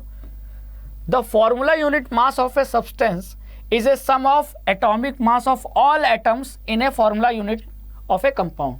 किसी भी आयनिक कंपाउंड के फॉर्मूला यूनिट में जितने एटम्स प्रेजेंट होते हैं उन एटम्स का एटॉमिक मास सम कर दो, जोड़ दो, तो फॉर्मूला यूनिट मास निकल के आ जाता है। तो तरीका वही है, तरीका वही है। The formula unit mass is calculated in the same manner as we calculated the molecular mass. The only difference is that we use the word formula unit mass for those substance whose constituent particles are ions. और ions किस में present होता है, ionic compound में। तो आयनिक compound के लिए हम फॉर्मूला यूनिट मास बोलते हैं, और जो कोवलेंट कंपाउंड है जैसे पानी, मीथेन, इनके लिए हम मॉलिक्यूलर मास कहते हैं।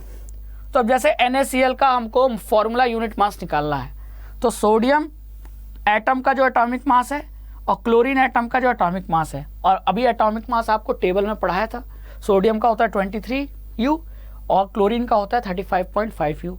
तो दोनों के एटम का एटॉमिक मास जोड़ दें तो क्या आएगा, 58.5U। ये है सोडियम क्लोराइड का यानी NaCl का क्या, फॉर्मूला यूनिट मास। तो मॉलिक्यूलर मास और फॉर्मूला यूनिट मास एक तरीके से ही कैलकुलेट करते हैं। ठीक है, चलिए अब बात करते हैं मोल कंसेप्ट की। तो जरा इस रिएक्शन को ध्यान से देखो। इस रिएक्शन को ध्यान से देखने पे ये समझ में आ रहा है कि दो हाइड्रोजन मॉलिक्यूल एक ऑक्सीजन मॉलिक्यूल से कंबाइन होकर दो पानी का मॉलिक्यूल बना रहे है कि नहीं। तो इसका मतलब एक केमिकल रिएक्शन में हम रिप्रेजेंट करने के लिए नंबर को ले सकते हैं। दो मॉलिक्यूल, हमने बोला ना दो, तो दो क्या एक नंबर को बता रहा है।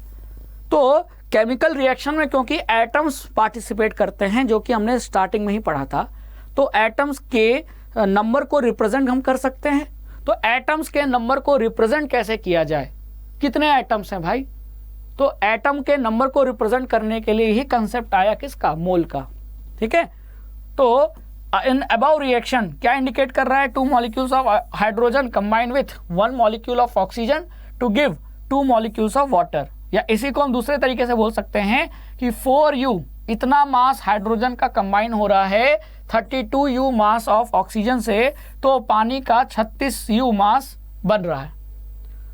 तो हम मास भी रिप्रेजेंट कर सकते हैं, हम नंबर भी रिप्रेजेंट कर सकते हैं। तो ज़्यादा सही है कि मास की जगह हम नंबर लेके चले, ठीक है।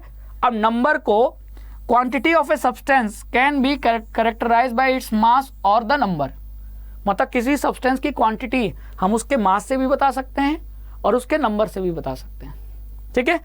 लेकिन कौन सा ज़्यादा सही है, मास से रिप्रेजेंट करना कि नंबर से? नंबर से। क्यों?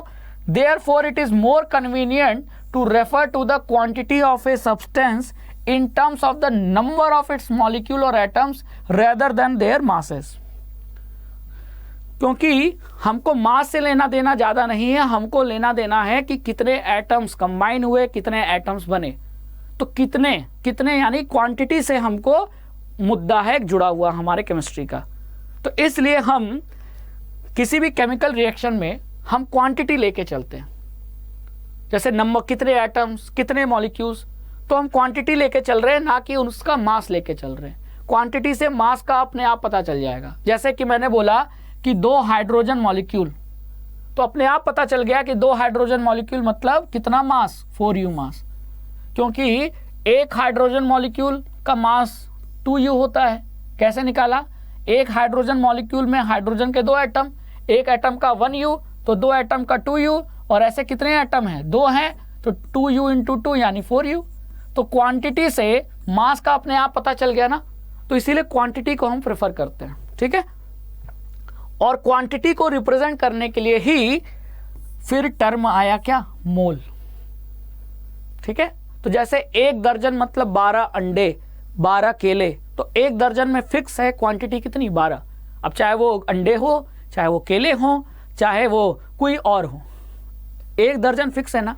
उसी तरह 1 पेयर, तो 1 पेयर मतलब हमेशा 2 होंगे। चाहे 1 पेयर जूते ले लो, चाहे 1 पेयर मोजे ले लो, मतलब 2।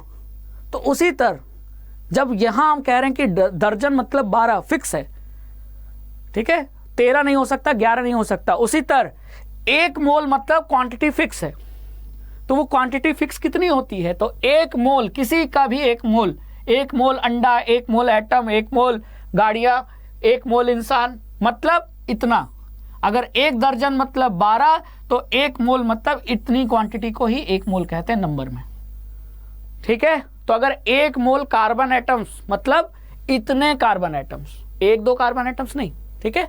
तो 1 मोल कंटेन्स एग्जैक्टली 6.021 इतना है, लेकिन हम इसको शॉर्ट तक 4 डिजिट मतलब डेसिमल के बाद केवल 3 डिजिट तक लेते हैं, इंटू 10 की पावर 23 एलिमेंट्री क्वांटिटीज को, मतलब इतने नंबर को 1 मोल कहा जाता है।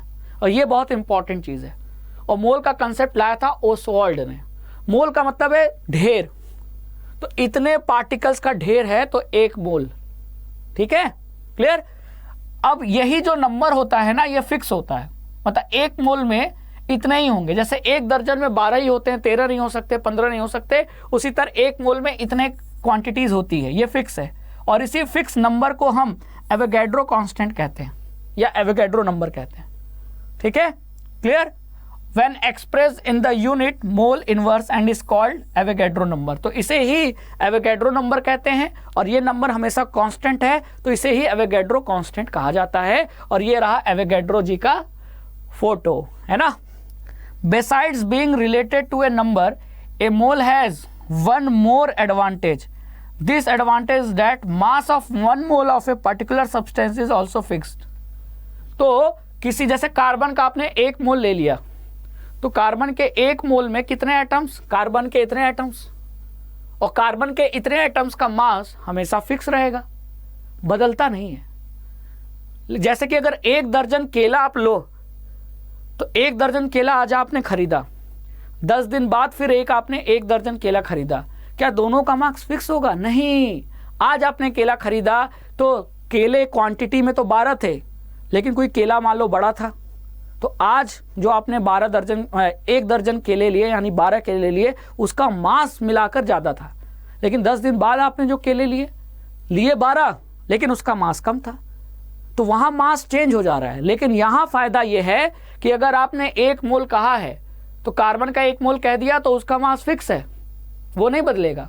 हाइड्रोजन का 1 मोल कह दिया तो उसका 1 मोल हाइड्रोजन एटम्स में, 1 मोल में कितने हाइड्रोजन एटम्स होंगे, इतने, और उसका मास भी फिक्स रहेगा। ये बहुत बड़ा एडवांटेज है कि हमको क्वांटिटी से मास का पता चल जा रहा है, ठीक है, क्योंकि 1 मोल में हमेशा फिक्स मास होता है किसी भी एटम का, ठीक है। चलिए, the mass of 1 mole of a substance is equal to the relative atomic और मॉलिक्यूलर मास इन ग्राम। तो अब किसी भी, मान लो एटम का आपको मोलर मास मतलब उसका मास निकालना है 1 मोल का, तो कार्बन का एटॉमिक मास कितना होता है 12U। तो ये 12U क्या बता रहा है, ध्यान से समझना, 12U बता रहा है कार्बन के एक एटम का मास, एक एटम का। अब मैं कार्बन का एक एटम ना लूं, कितने एटम ले लूं, 6.022 इंटू 10 की पावर 23, इतने एटम्स ले लिए। तो इतने एटम्स मतलब मैंने 1 मोल कार्बन के एटम्स ले लिए, 1 मोल ऑफ कार्बन एटम।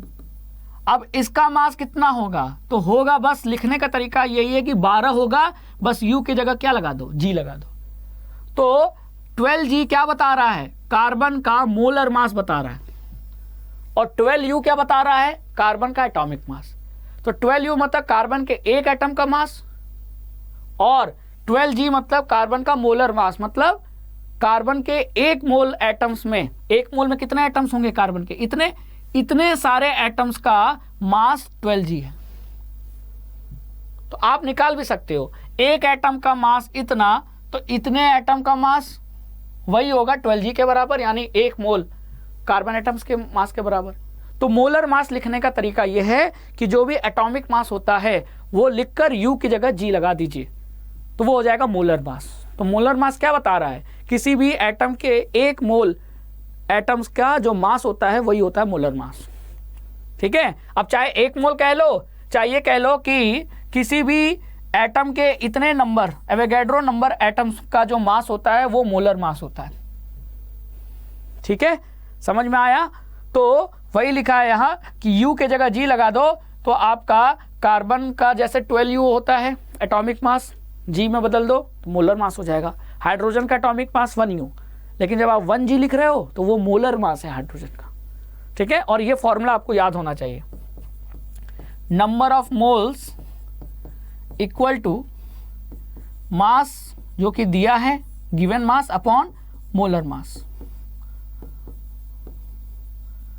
तो अगर मैं नंबर ऑफ मोल्स 1 कर दूं, कार्बन का केस लेता हूं, कार्बन, तो कार्बन का मैं 1 मोल लेता हूं, तो नंबर ऑफ मोल कितना हो गया 1, बराबर मास मुझे निकालना है, और कार्बन का मोलर मास कितना होता है 12G। तो यहां से कार्बन का क्या निकल गया 12G मास आया, मतलब कार्बन के 1 मोल एटम्स का मास कितना होगा 12G हो, ठीक है। हाइड्रोजन के 1 मोल एटम का मास क्या होगा 1 ग्राम होगा, और कार्बन के 1 एटम का मास क्या होगा 1U होगा, क्लियर। चलिए, तो इस तरीके से हमने इस चैप्टर 3 एटम एंड मॉलिक्यूल को पूरा एक सिंगल वीडियो में पढ़ा, समझा। I hope you like this session. इसी तरह अड्डा 24/7 क्लास 9 एंड 10 पर जुड़ते रहिए, पढ़ते रहिए। Thank you so much.